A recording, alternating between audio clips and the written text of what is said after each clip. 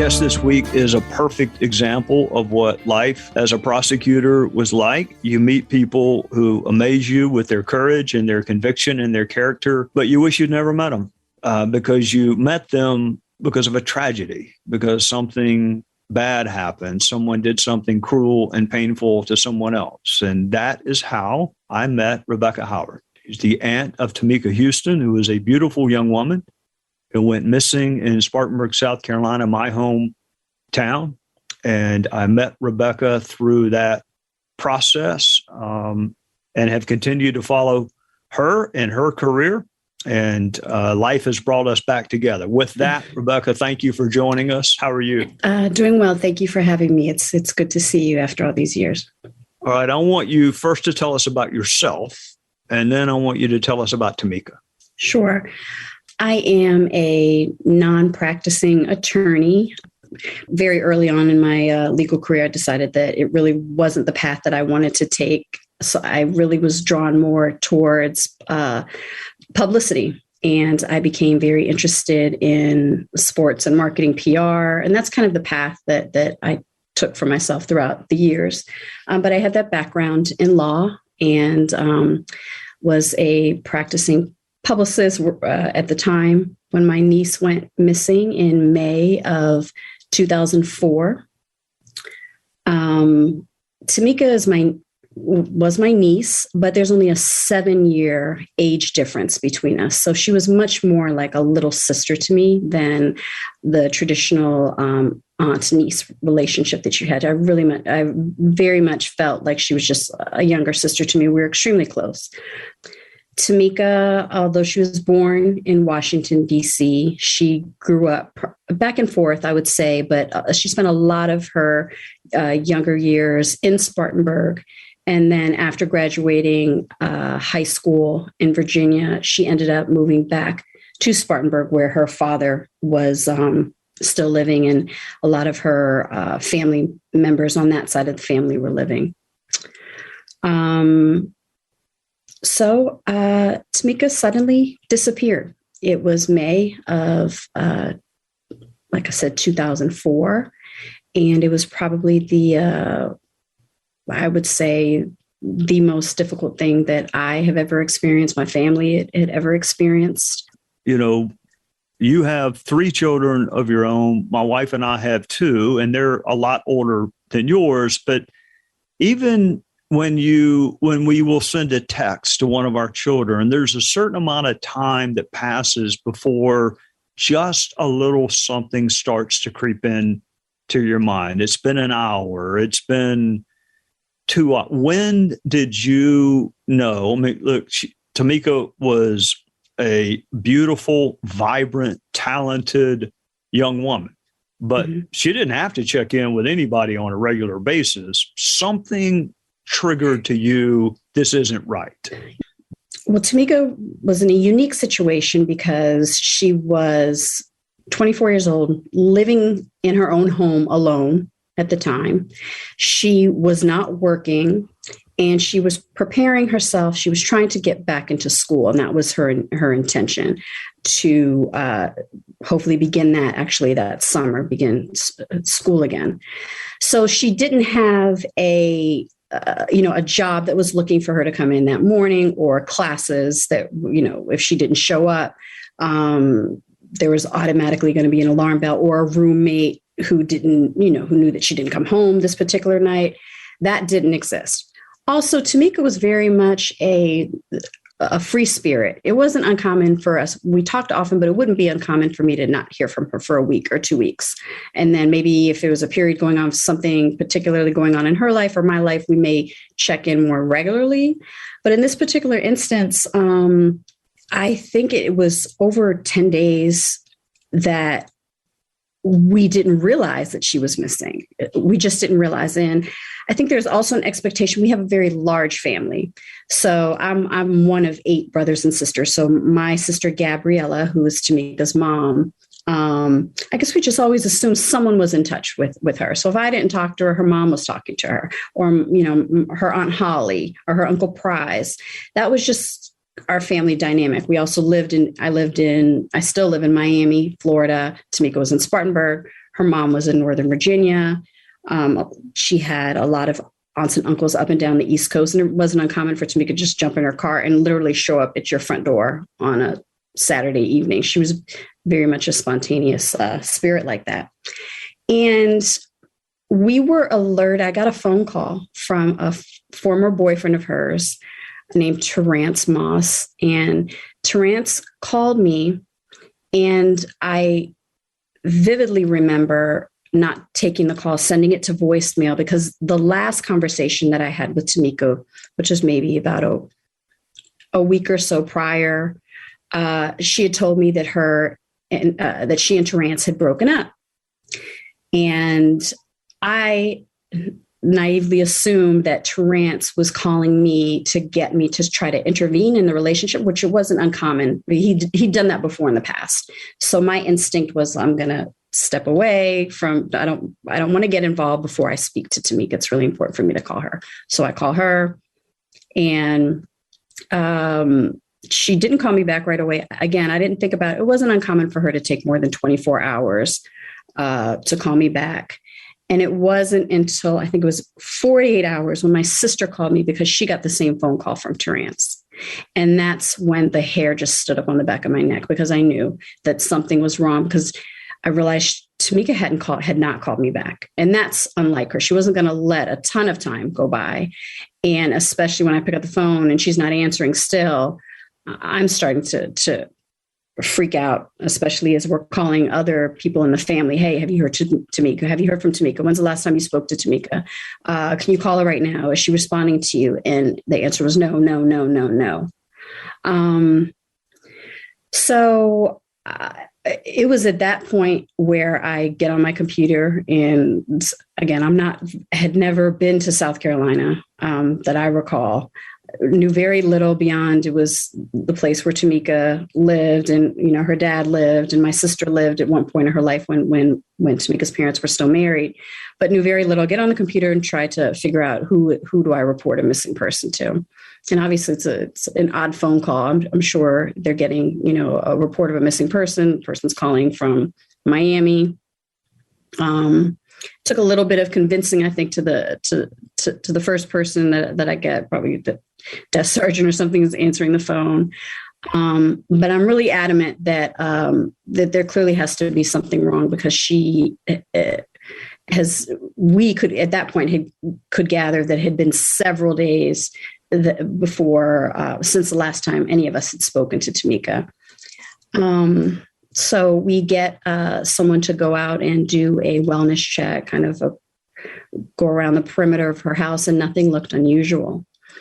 That did really nothing to make me feel better, because her vehicle wasn't there. So immediately I start making plane reservations, and I figure I need to go and be there. I need to be face to face. I don't know if that I'm really getting through on the phone the urgency of the situation. Again, it's an adult missing. I think the natural expectations, look, well, she may have gone on a vacation. She's certainly free to go wherever she'd like to go. So I just don't think I felt that urgency initially. So it was very important for me to get to Spartanburg and reach someone and try to connect with someone face to face. You say that it may have been an odd first call, but I can tell you that you are not the prototypical victim. All victims are entitled to respect and fairness and to hear them out, but it is rare to have a victim or a family member who is trained in the law and trained in public relations, trained in communications, and say, you know what, I'm gonna hop on a plane and come down there. We'll have this conversation in person. What was the reaction when you finally got to talk to detectives? Skip through the 911 dispatch, finally the detectives. I think it was interesting. I think they were a little taken aback by my persistence, and a gentleman who very well, Steve Lamb, he was Lieutenant Lamb at the time, who was in charge of that, the missing persons case, at homicide, I'm sure at that time. his recollection is that I came in there and told him I would not leave until they put out a press release saying that they were looking for a missing person. And the reason was I was certain I had already drafted a press release. I had already sent them out to all the local news stations and the Spartanburg Herald Journal. But the problem was that, and certainly it makes sense from a law enforcement and a media standpoint. They wanted to hear from the Spartanburg Public Safety Department that this was an active investigation. They were looking for a missing person before they kind of went full court press on their coverage. So while they, told me that they received my press release, but we really just need that to come from the public safety department.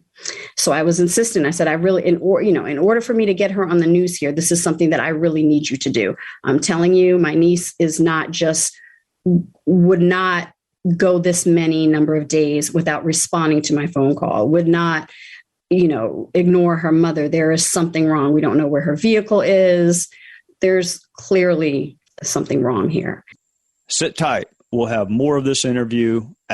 Listen and be part of the conversation with me, Guy Benson, talking about the biggest stories of the day with some of the biggest newsmakers around. Listen live on the Fox News app or get the free podcast at GuyBensonShow.com. After this. By day 2, I think, when I wasn't leaving, and Lieutenant Lamb, they did put out that release, and it was very significant. We also, I want to say at this point, it wasn't just me. I went earlier in the week, certainly, but by Friday, the rest of my family, including Tamika's mother, all descended upon Spartanburg from Nashville, Springfield, Virginia, Ossining, New York, Richmond, Virginia. Like, we really just descended all of my siblings on Spartanburg. We were printing out flyers. We were putting them up everywhere that we could. We did like a candlelight vigil in Tamika's front yard, just so I knew that the media, they want some visual. That's why it's often done, not only for the prayers that are offered, but, you want to give the media something to cover. And by Sunday, the media coverage resulted in one of the biggest breaks in the case that the police received, and it was finding there was a nearby apartment complex that Tamika had no known association with, where they found her vehicle, and the woman who called in, she felt it was there at least probably maybe a period of 10 days or something. I forget exactly, but it had been there for some time. Just parked in the same place. I think the battery was stolen, but it was really the first break that we got in the case. And it also allowed the police to kind of classify now this as a criminal investigation, allowed them to go get a new search warrant and actually go into Tamika's home. So we found the car sometime, that was a Sunday morning, I remember. By that evening, by dusk, they were already searching inside of Tamika's home with the Blue Star, luminol. It's called to Blue Star. Is just, I think, another brand name for it. And they were searching her home for that's probably one of the most surreal experiences. And they also found Tamika's dog in the home. Yeah, that probably happened first. It was Macy, and Macy. Tamika didn't have any children. She treated Macy like her baby. And anytime she traveled, she always had to find someone to watch Macy and would bring Macy's toys and all the food for Macy, and was very particular about the care of poor Macy. And Macy had given birth to a litter of puppies, which Tamika would have never left her alone in that state. And it was just pretty. It's really a horrific scene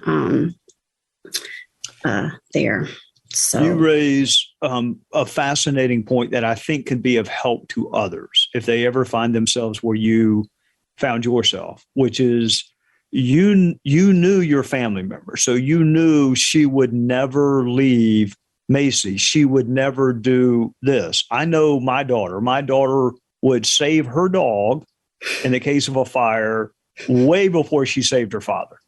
And actually, I'd probably save her dog before I save myself too. But you have to know the person. So when you're dealing with law enforcement, you may know something. How do you prove it to them? Because they're going to say, well, you know, he may be on vacation or may have just moved or taken a new job, but you know that is not true. You just can't prove it. It's a great point. And in the years since, and I've had a couple of opportunities over the years to advise families of the missing, and particularly with, I think it happens with crime victims often, and in missing persons cases that can be very slow to get off the ground. It was very important to me to develop a really good rapport and relationship with the investigators that were investigating Tamika's case. Certainly, that's their job. They're going to do their job to the best of their ability. I do believe that. But it was really important for me to humanize Tamika to them. So just in the way I would describe her, or just being friendly with them, because I think oftentimes the communication can break down very quickly between family members of the missing and law enforcement, because you're distraught. You know, sometimes maybe they're not moving, particularly with older missing persons. With adults, there's again that first inclination that they may be on vacation or they've gone off on their own, or they have the right to their privacy and these sorts of things. But really maintaining, first of all, fostering and maintaining a positive relationship that can break down so quickly. If you're cursing out the guy who's charged with finding your missing loved one, I mean, it's human nature that, again, I do believe that they will do their job, but maybe they don't have as much vested in it. There's not, it's not going to be first and foremost on their mind, particularly in the case of missing persons. You have a small Spartanburg Public Safety Department. We're not talking about New York City Police. It's not a massive department. They don't have a cold case unit and separate units for missing persons. And it's a small department. So I remember there were murders being committed during the time that Tamika was missing. So you have a body that, a crime that needs to investigate. These are the same officers that are also charged with finding Tamika. So her case could easily have just been kind of shuffled under newer crimes and crimes where you clearly, the victim is right there in the morgue. But there was the relationship that I continued to have with the investigators was really important. And something I stress to people all the time. It is vitally important. As hard as this is, you really gain nothing by right out the gate just being very contentious. Certainly be insistent and demand, just like I was insistent that they needed to send out this release. Otherwise, she's not going to get even on the local news. But it's very important and something I will always preach to families of the missing, to do your best to develop that relationship with. And I was to this day, now Major Lamb is someone who I will be forever grateful to and always respect.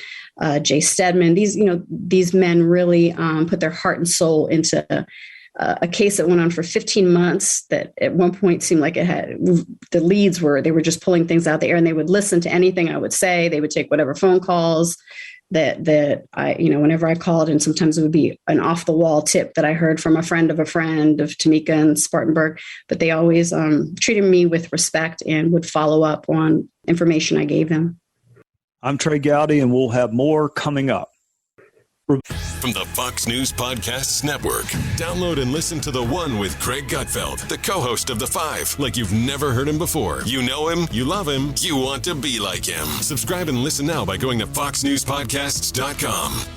Lucky, you put your finger on so many different issues. There is publicity to prove the inherent value in all missing people. And that's a really important conversation, that we're not going to pick who we value and who we don't.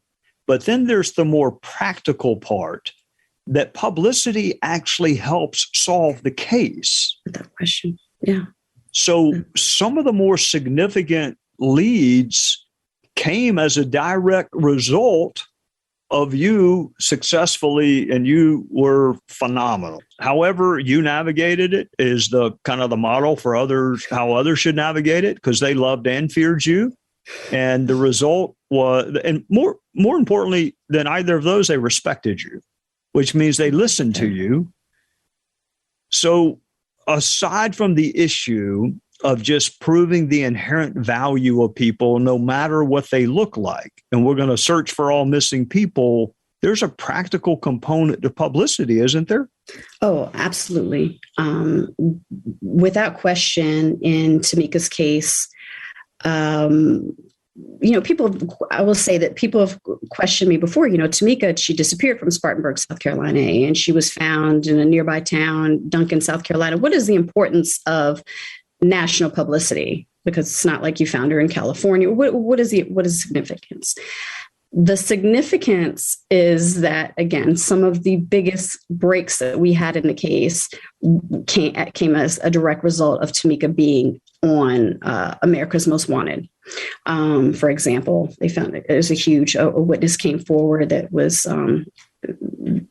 very integral, was able to identify things that happened in the crime scene. There is just so much value, and I was very naive, I think.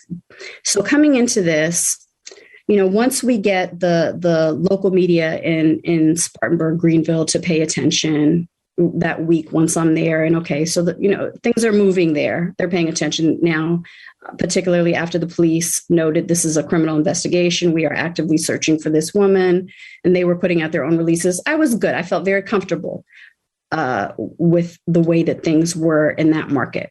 So I head back to Miami. I go back to work.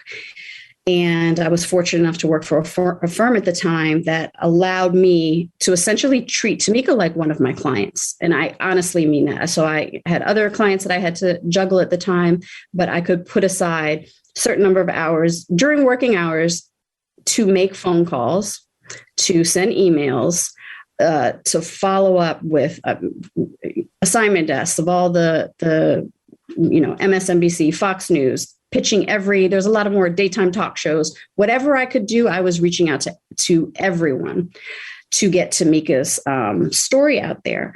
And this is coming on the heels of people like Chandra Levy, or in the early 2000s, had become a household name and obviously it involved a member of Congress. In my mind, my niece is young and beautiful, and we have the dog here, and this is just an awful crime. So the dog was eating, puppies her puppies who had died for sustenance. Like, there are details that however you want to go, we can frame this story. I know how to do that because it's what I do for a living.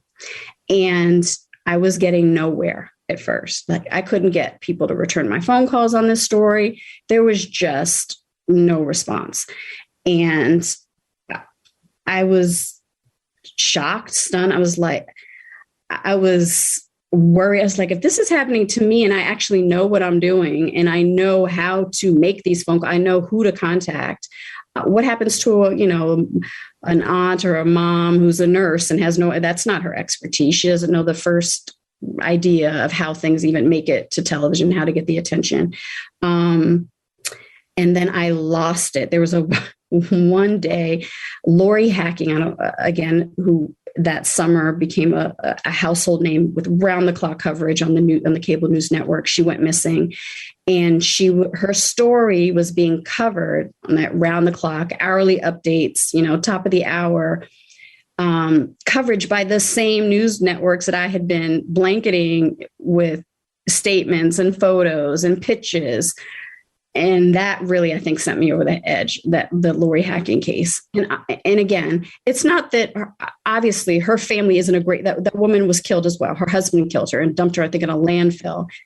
Awful story. I always made it clear. It's not that I'm saying that she doesn't deserve the attention. Certainly, the attention that she got eventually, I believe it was so much pressure that made her husband confess to what he did. These things do matter, but perhaps, and I would suggest at the time, if we covered it less like an ongoing soap opera, let's make room for others. Because in a way, the way the coverage, it feels very exploitive in a way. That obviously they're seeing, the news stations are saying the interest is up. Maybe people are responding to these stories online, so they're going to keep cranking out stories about it, and it's really to the exclusion of so many other people that really could use that help. Even if and again, it doesn't have to be covered in a soap opera style. If we can just, highlight some of these cases, find a way to highlight some of these cases. It really helps to hopefully either bring someone home alive, or, in our case, bring a resolution. We were able to at least know what happened to Tamika. You were able to send him to jail to prison for the rest of his life. Those sorts of things matter. It was such a great loss, but it did bring some closure to us after a very long 15 months. And media was absolutely critical to making that happen, as hard as it was at first. Yeah, I think you prove the point, Rebecca, which is this intrinsic value thing. Who gets to decide which young women, which vulnerable adults are worth covering and which ones are not? Mm-hmm. And, I think the elephant in the room is whether or not women of color receive the same attention as blue-eyed blondes. And I don't blame the family at all. I would do everything in my power to make sure my loved one's case, but I'm not the gatekeeper of who gets to see what. Right. Did you ever get an explanation for why Tamika would not become a household name, but someone else would? No, it's interesting. One of the stories that we did with Dateline NBC, and Josh Mankiewicz was the correspondent on that case. And I think by the time that Tamika started getting a lot of the national coverage, it just wasn't about her case. She became a symbol for this issue, for the missing white woman syndrome issue that the late Gwen Ifill had written about, to describe the way the media and the nation becomes very just fascinated with young women that fit a certain profile. They tend to be young, blonde, beautiful, blue eye. And so in this, my point is with the story that we did with Josh Mankiewicz and Dateline NBC, he was actually able to do something unique and get the president of NBC News to sit down for an interview. And I don't really think that we got to the bottom of it. Of course, he's the head of a network. I think at a minimum, there's a little bit of admission that there's a repetitiveness to what the news networks were doing. So if this works, if they found the formula that works, we're going to keep going with that. Just like, if the network, their entertainment division finds that crime shows are working, they're going to be, there's going to be 6 versions of Law and Order. If it works, we're going to repeat it. And I think they fell into that trap, and it still goes on to this day. It came up again to me, kind of opened up an old wound with the Gabby Petito case. I think recently, just again, that obsessive, the entire nation becomes rapt attention for this story. And you just know, that there are other people out there suffering. That they really could use the help and the attention. And it just made me feel like about what really has changed I feel like not much has changed since 2004, unfortunately. And that's the word I keep focusing on, is the word help. We know it helps the family of whoever is missing. It helps them internally to know that other people are praying for them or actively helping them. it actually practically helps the investigation. We got a number of leads that ultimately led to a tragic but nonetheless necessary finding. She's not out in the woods by herself, and the person who did it is behind bars for the rest of his life. So if it's about helping, who gets to decide who gets that help? Yeah, to me, I think what it comes down to is a lack of diversity in newsrooms. I think that's important. I think that people tend to identify with, unfortunately, those who look like them. So if it's a producer he's going to be obviously moved if the story that's being comes across his desk looks like his niece or his daughter.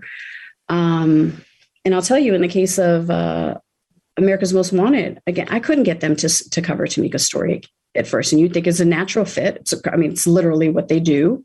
But I could really only get them to feature her on their website. I couldn't get them to do a story. But there was a young producer there. Her name is Tiffany Cross, who now is Tiffany Cross. She has her own show on MSNBC. Tiffany Cross was a young associate producer on America's Most Wanted at the time. And she somehow saw my pitches coming in. I wasn't sending them to her. I didn't know she existed. I was sending it to her, I think her boss's boss. And she was like, hey, I think we should do the story. I think this is good. And they let her do that story. That was the first time she was sent out as a field producer. And they sent her out to Spartanburg to do Tamika's story. And I credit her a lot for kind of trying to push that forward a bit. Because obviously the story resonated with her. She's about the same age as Tamika, felt very familiar, and felt that it was something that was underrepresented. So I give her a lot of credit. So it does matter. I think diversity in newsrooms, it matters. I think just making a cognizant effort to see value in the lives of everyone, whether they look like you, whether they don't look like you, really just valuing the lives of people. And that to me, that's the only answer. That's our only way out of this. You just summarized the text I got from a friend of mine who happens to be an African-American United States Senator from South Carolina, if that gives it away. But we were talking about the value of seeing life through the eyes of someone else. Yeah. Because I don't know what it's like to be a Black man stopped by law enforcement. I never will. Right. My only hope is that Tim can tell me. Right. And I don't know what it's like to be the parents of a woman of color who is missing and wondering why that is not getting attention. Right. But that should not keep us from asking the question of why. Why this family and not that family? So I think that's the best we can keep doing is the model that you followed with Spartanburg Public Safety should be followed by everyone. This unique combination of I'm not going away, I'm going to be respectful, but we're going to find out. And they work their tails off. I know the guys you just mentioned. I think they would have worked no matter what, but the leads would not have come. The help would not have come. And that's ultimately what solved it. It was solved by a key on a keychain. Right. And it was a terrible ending, except you no longer have to worry or wonder where she is. Yeah. And why did he get away with it? Because we know where she is, and he didn't get away with it. And I think publicity helped solve that case, period. Oh, without question. Without question. It was extremely important. Extremely important. Last question I have for you. I was disappointed that he pled guilty because I just was. We were going to win, but he got the same sentence he would have gotten after trial. And I'm always curious from the victim standpoint. I mean, the most you can get is life. Right. I mean, I looked at other options, but the most you can get for what he did is life. is there anything that came from him admitting it in court, or would it have been better for you in terms of processing this horrific event had a jury of 12 rendered the verdict? That's a great question, Trey. I think that my feelings on that were very twofold. First, I was disappointed that I couldn't be there for the trial. So I was pregnant with twins and on bed rest. I couldn't make the trip for the trial. I certainly was looking forward to seeing the evidence presented, having to watch him sit there and have you present the evidence. That probably would have been very difficult, but there would have been some level of satisfaction. And I too believe that he would have been convicted by a jury. But he's a coward. And ultimately, he decides on the day. I think we were supposed to do opening arguments. They were my family. The rest of my family was there. You were set to do opening arguments, and I think he was too much of a coward to face it all.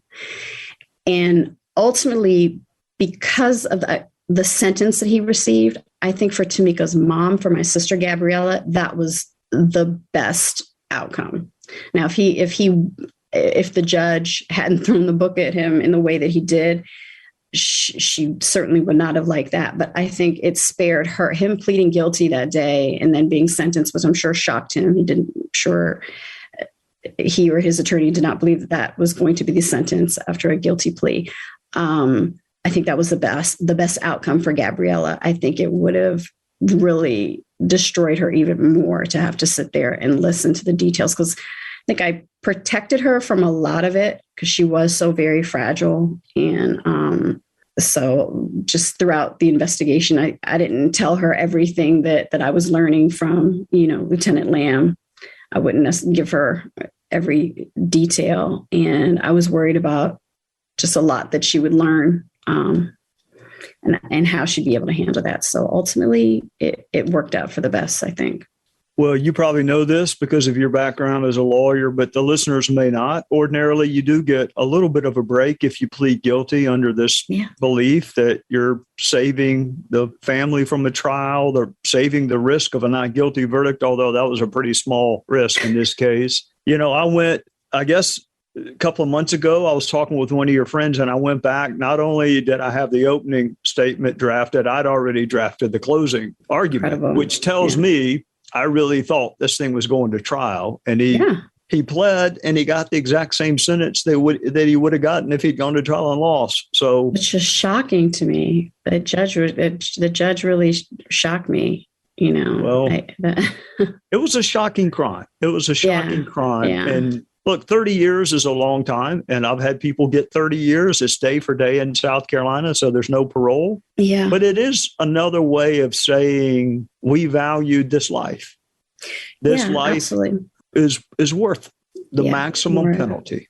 And he really did some heinous things, like one of the things that my sister still struggles with to this day. She feels she never was able to bury all of Tamika. This animal went and dug up part of her remains in some scheme. He thought that he was going to be concealing her identity. I honestly don't know. And threw her in the garbage. And we never recovered all of her remains. So there was a lot that he certainly did enough to warrant where he is and will be for the rest of his life. The depravity of having sex. Forget about the fact that it's an underage girl. The depravity of having sex while there literally is a body that you just killed in the closet. Stuffed in the closet. I think the jury would not have been out very long. But I do believe, it's nothing more than a belief. I can't prove it. I do believe that she is whole now. So your sister does not need to worry about that. She's whole. That's what I always reminded her. Yeah. And absolutely. Yeah. We would all be lucky to have an advocate like you, Rebecca Howard. So thank you. And if likewise. I go missing, you come down here, because I can tell you it's probably going to take my wife a month or so, maybe. She's just going to think, well, that's a long round of golf. So you come down here and you okay, and I'll make sure. All right. You take care of yourself. Major Lamb's door again. Well, he probably I don't know. I've made those guys so mad when I was a DA that he may be a suspect if I'm missing. I don't know. Well, I'll get to the bottom of it. I know you will. And thank you for helping us see this issue in a new and different and better light. All right. Thank you so much. Yes, ma'am. Thanks. And thank All you all for joining us on Tuesdays with Trey. Please subscribe, rate, or review this podcast on Apple Podcast or at foxnewspodcast.com. You've been listening to the Trey Gowdy Podcast on the Fox News Podcast Network.